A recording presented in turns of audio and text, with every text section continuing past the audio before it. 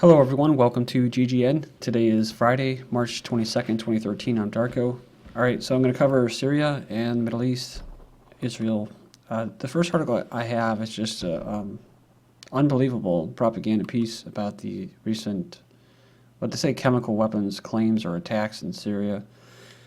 It was basically like, I don't know what you call it, not a dirty bomb, but it was basically a homemade, probably with the aid of Western intelligence agencies, to these terrorists to blow up, and kill people, including some government officials, and to blame it on the Assad government. The real warning, and it's pretty obvious that something happened there, the real warning in Syrian chemicals weapons claims says the speed in which some U.S. politicians and reporters are buying into the claims of chemical weapons attacks in Syria is a reminder to take a hard look at intelligence claims before rushing into another war. So, the mainstream media helped bring us the Iraq War. I mean, they basically sold it. I mean, there's been all kinds of literature and books and analysis of what happened and how they just sold the war to the American public. So now these same a-holes are going to say, oh, you know what, this one time, one time, be skeptical. Every other time, as North Korea, Iran, we're just feeding you bullshit. But, you should believe us. But just this one time, because it was someone that we trained and we just gave $60 million. We don't want to really be associated with people like that are just carrying out these terrorist attacks. Because who would we be then, right? We'd be promoting something that's worse than what they have in Syria, like what we did in Libya. So, that's a bad reputation.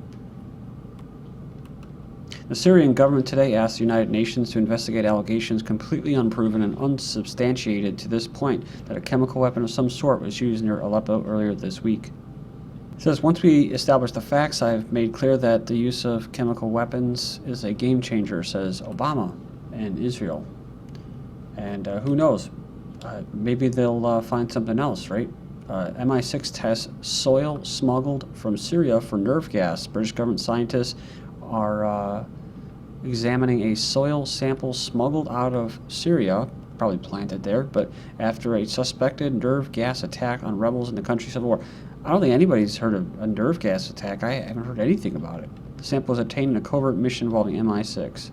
So these are the games that they play, and they'll put this out in the news, right? They'll put this out in the news and see if people buy it, because people aren't really buying this story, right? Not that there wasn't some chemical attack, but they're just not buying that that nothing happened, so they have to admit something. And if that's going to be the case, and it's going to be blamed on the rebels that they're sponsoring, well, then they better come up with something to counter that, some kind of Psy-Op. Something went down in Syria, but it was short of chemical weapons. So it was short of chemical weapons. It was the chlorine homemade bomb. UN will investigate claims by the government and rebels that either side used chemical weapons against each other in the Syrian conflict. So, says Obama and other intelligence officials in America said there was no intelligence to substantiate the reports, so the rebels used chemical weapons against government troops. Well, they used them against civilians mostly. There were some government troops that were killed, but they were mostly civilians. So, they're not gonna be able to prove that because they're not gonna look for that. But like I said, they have to admit some things. Now, analysts are also leaning hard away from the notion that Syria used chemical weapons against its own people. It says the analysis of this video of the hospitalized Syrians released by state-run TV suggests people are not suffering from chemical weapons attacks, nor are they being treated as though they were in such an attack. Kind of downplaying it, right? It killed 24 people. I think it injured like 80. You seem like with breathing tubes and stuff. So, I mean, they're suffering from something.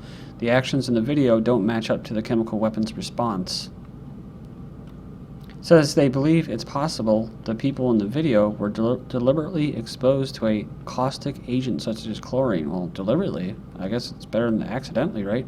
But they're even trying to use that as an excuse too. But that would not be the same as using chemical weapons as defined by international treaties, such as nerve or blister agents. So see if they can get if they could do that and blame it on the government. Well, then that's violating international treaties, right? See, these guys are smart, dude. They're super smart. Super smart. So by doing this, there will be no international help. They have no legally binding responsibility to do anything to help these people. So that's why they have a title like this, to water it down. Something went down, but it was short of a chemical weapon, so everybody go back to sleep. Nothing to worry here. Israel, though, says chemical weapons used in Syrian conflict. They said there was compelling evidence that chemical agents were used in the attack against the civilians in northern Syria earlier this week, citing satellite imagery and reports from the ground. They said that the substance affected the respiratory systems of the people who were exposed.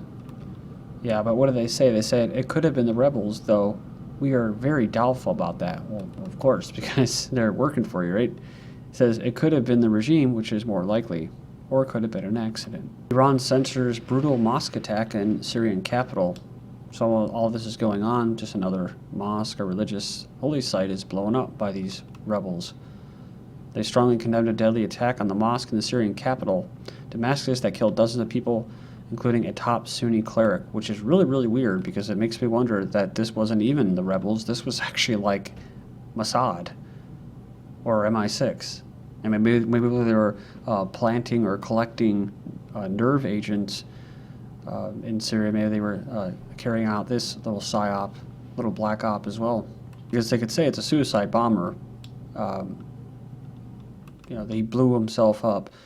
And it says more than 80 others were injured. But maybe it was just a bomb that just was detonated.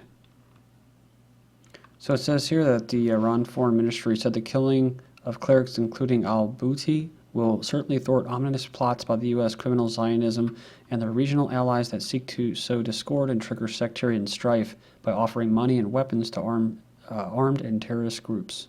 So if you're a new viewer, I'm not just pulling this, out of my rear end. I mean, I've seen videos by the rebels themselves blowing up mosques, blowing up churches, Catholic churches. I've seen them poison rabbits, testing this chemical agent. So, I'm not making this up. Jordanians protest Obama's visit, so they took part in a sit-in Thursday near the U.S. Embassy in Amman in protest of the upcoming visit by President Obama, saying that we want the CIA out of Jordan. Then you have U.S. Jordan form united front against Syrian president. It says that Obama and Jordan's King Abdullah have agreed to stand united against Syrian President Assad, who is fighting foreign-sponsored militants. They say something has been broken in Syria and it's not going to be put back together perfectly immediately, even after Assad leaves. But we can begin the process of moving it in a better direction, and having a cohesive opposition is critical to that. So what they're saying here, they're breaking Syria and their society apart. They're fracturing it. And they're telling you that they're the ones that are behind all this, sowing this chaos so that they can get Assad to leave. Obama vows to help Jordan take care of Syrian refugees. So this is, again, what they want. This is a bad sign, though, for Syrians, because it means that this is what they're going to do. They're just going to continue the madness and try to break these people and make them leave Syria. And then, of course, you'll have this individual whose people are protesting against, who's going to support them and bring these refugees in. And so they'll be displaced, and they'll be, like Morris says, I love what he says, it just makes it easier for them to be incorporated into this New World Order system. The U.S. elects new Syrian leader, a guy from Dallas. In the name of democracy, the U.S. government has supported a variety of armed opposition fighters in Syria seeking to overthrow the country's President Assad, who, according to a wide variety of information sources, enjoys support from the majority of the Syrian people. So to promote democracy in Syria, the U.S. government has taken it upon itself to choose a new leader for Syria. And in keeping with the U.S. tradition of supporting, it says here, a Chalavis of the world, this democratic answer to Syria's problems, lived in Dallas, Texas, and was educated in Indiana. He has not set foot in the country he now rules in more than 30 years. Also, he is, like the other U.S. puppets, to emerge from the phony Arab Spring, an Islamist, it says here, an Islamist from the Muslim Brotherhood. This is what the U.S. government calls democratic legitimacy. And here's a follow-up. I'll post a link for Land Destroyer. This is from the 19th.